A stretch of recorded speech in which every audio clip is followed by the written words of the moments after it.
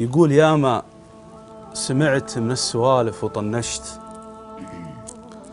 وبعض السوالف ما تثير اهتمامي، مدام شفت رد المخاليق لا طشت ينهش بلحمي لين يرمي عظامي. من يوم ما حسبت عمري وبلشت وانا اقيس الهرج ووزن كلامي. امير لو ما شفتني لابس بشت، والبشت ما نزل ورفع مقامي، لان تخوبي لابتي لاجلهم ششت، وعند المواقف دوم مكرب احزامي. يا حميد روبي ما اشتكي لو تليشت، وفزعة خوالي مثل فزعة عمامي. ومدام حست من المراجل وحوشت وخسرت، لكني كسبت احترامي. وجودهم لا يعني اني تهمشت، اكبر عدو ينحط داخل اكمامي. انصبت لا قصدي اقول اندشت، ويا كم رمية جات من غير رامي. عايش وكني عند الانذال ما عشت، يا حيف والله صيت بعض الاسامي. من شانهم يا ما زعلت وتهاوشت، وباسبابهم خلولي الجرح دامي. خليتهم وراي ضقت